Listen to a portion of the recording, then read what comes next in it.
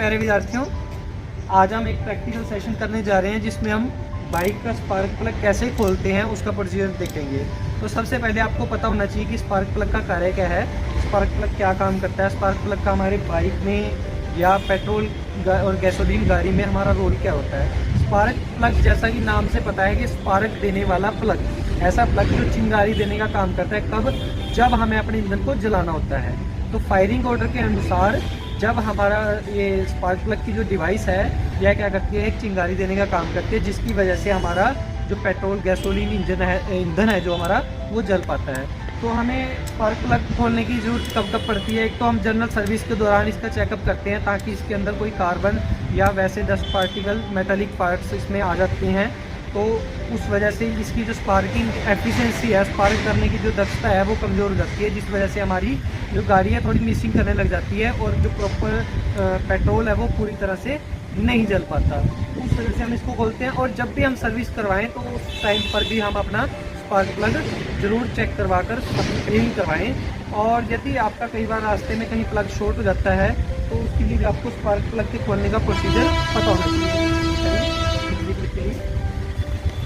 तो जैसा कि स्पार्क प्लग यहाँ पर हमारा सिचुएट होता है, लगा होता है, तो अभी हमारा जो स्टूडेंट है निशांत, ये स्पार्क प्लग खोल के दिखाएगा। निशांत, तो उसके लिए हमें स्पार्क प्लग खोलने के लिए हमें अपरेटस क्या क्या चाहिए होता है। तो इसके लिए जनरली 16 नंबर या 21 नंबर की, 16 नंबर या 21 नंबर की लॉन्ग स्पैनर लगती है, लंबे आकार की गोटी, जिसको हम सरल भाषा में गोटी बोलते हैं मैकेनिक लोग, तो वो लगती है। और उसके साथ हम एक छोटी रोड या एक रैचेट भी ले सकते हैं। रैचेट आप पहले हैंड टूल में देख चुके होंगे। रैचेट क्या काम करता है? यह एक सामान्यतः easy to work hand tool है। इसका काम क्या है कि ये दोनों दिशाओं में कार्य करता है। जब हमने इससे कोई खोलने का कार्य लेना है तो भी उसका पीछे क्लच दिया होता है, इसको हम लीवर को लेफ़्ट राइट ऐसे करके हम इससे दोनों तरफ का काम ले सकते हैं। तो जब हमने खोलना है तो हमने जिस तरफ का टाइट करने का होता है वो फ्री एरिया रखना है, और जब हमने टाइट करना है खोलने वाली तरफ का फ्री एरिया रखना है। तो हमने टाइट वाला फ्री एरिया रख दिया और अब हमने खोल सकते हैं इसको। तो खोलेंगे तभी। तो देखिए यहाँ पे हमें एक प्रॉब्लम आ रही है छोटी सी, कि यहाँ पे हमारी जो ये एक्सटेंशन रोड है, आपने देखा होगा कुछ टंकियों में ऐसी प्रॉब्लम नहीं आती। तो हम चाहें तो इसको इस प्रकार से विदाउट इसके भी हम इसको ओपन कर सकते हैं ऐसे करके, उससे हम बड़ा कंफर्टेबली कर सकते हैं। ये मैंने इसलिए लगा के दिखाई कि मोस्टली में जो हमारा उसका एंगल होता है इंजन का वो इस तरफ होता है, तो इस वजह से हम खोल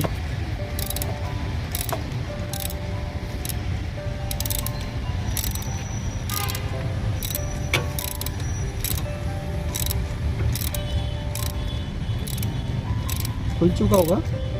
आप हाथ से घुमा सकते हैं, एक इसको दबा के पीछे निकाल लीजिए। अब आप इसको हाथ से घुमा लीजिए,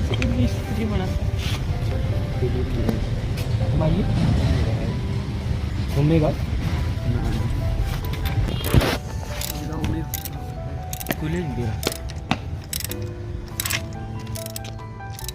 रैचेट को निकाल लीजिए निशांत।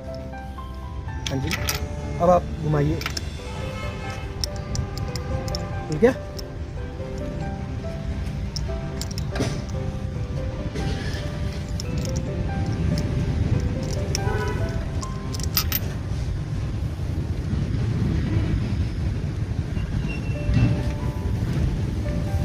तो ये आप देख पा रहे हैं कि हमने स्पार्क प्लग ओपन कर दिया है।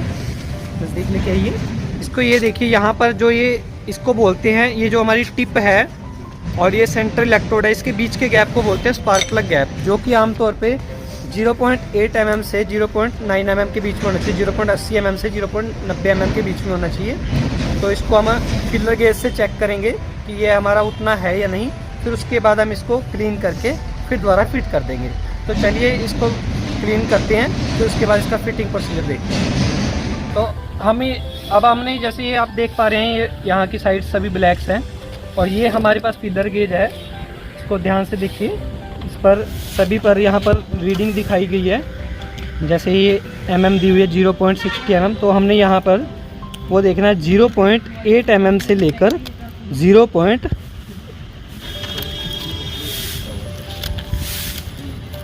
mm के बीच का हम रीडिंग इसमें देख सकते हैं। इसको फीलर गेज बोलते हैं। उसके बाद हम इसको साफ़ करेंगे, क्लीन करेंगे। तो जैसे हमने यहाँ पे भी इसकी ऐसे क्लीनिंग करनी है।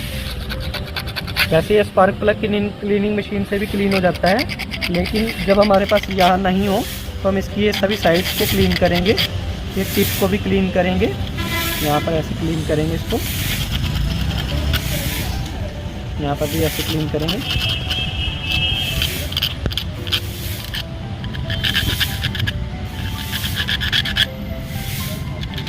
तो यदि हमारे पास स्पार्क प्लग क्लीनर अवेलेबल है तो हम उस स्पार्क प्लग क्लीनर को असेंबल करके उसमें सैंड ब्लास्टिंग और एयर ब्लास्टिंग की मदद से इसको पूरा इंटरनली क्लीन कर सकते हैं। और इसके बाद हम चाहें तो यदि हमारे पास अवेलेबिलिटी है तो हम इसको पेट्रोल से वॉश भी कर दें, तो इसके अंदर जो डस्ट गई होगी वो भी साफ़ हो जाएगी और हमारा स्पार्क प्लग प्रॉपर एफिशिएंसी के साथ स्पार्क देगा, जिससे हमारी मिसिंग की प्रॉब्लम भी कम हो जाएगी।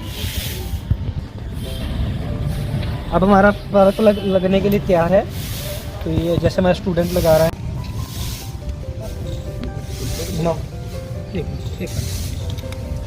अब जैसे ही 2-4 जब हमारे थ्रेड हो जाते हैं फिर हम रेचेट की मदद से इसको टाइट कर सकते हैं।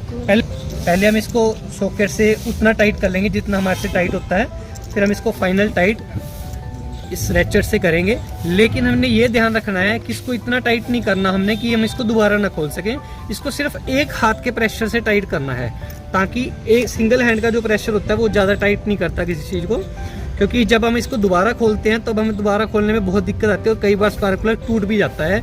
यह इतना ज़्यादा मजबूत नहीं होता कि ओवर टाइटनेस को सहन कर सके, तो यह ब्रेक हो जाता है उसमें हेड में ही। तो हमें हेड की फिर आगे प्रोसेसिंग करवानी पड़ती है, तो उस वजह से इसको एक हाथ के प्रेशर से ही टाइट करें, ये ज़रूर ध्यान रखें आप। अब इसका अब गियर बदल देंगे। हाँ जी, तो ये अब टाइट की तरफ फ्री होना बंद हो जाएगा, दूसरी तरफ कार्य करेगा। हाँ जी, तो अब एक हाथ के जोर से इसको टाइट कर दें, बस बस बस बस, ठीक है।